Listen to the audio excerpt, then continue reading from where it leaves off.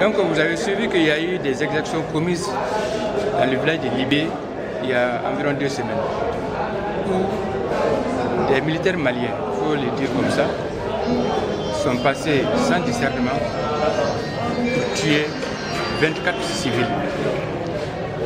Selon ce que nous avons appris, c'est suite à l'attaque du camp de Sokura. Donc c'était vraiment une expédition punitive.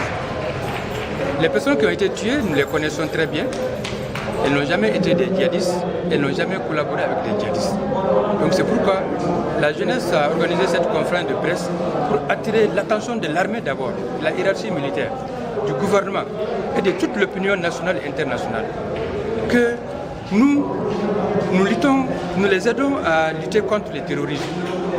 Mais nous ne pouvons pas les suivre lorsqu'ils se mettent à tuer nos propres parents qui n'ont rien à voir avec le terrorisme. C'est de cela qu'il s'agit et je pense que le message a bien passé. Quelles sont les grandes lignes? Les grandes lignes, c'est pour d'abord dénoncer ce qui est en train de se passer. Pour que les militaires, je ne dis même pas tous les militaires, une partie, parce que c'est des éléments que nous appelons des éléments incontrôlés de l'armée. Alors, honorable, on peut parler de manque de confiance entre l'armée et les populations. Quel est le rôle de votre association pour briser la glace de défiance entre les populations et les forces armées maliennes? Nous, c'est cette glace qui existe entre l'armée et une partie de la population que nous voulons briser. Il faut que les populations se reconnaissent dans leur armée. Il ne faut pas qu'en voyant seulement l'armée, que les populations se mettent à fuir.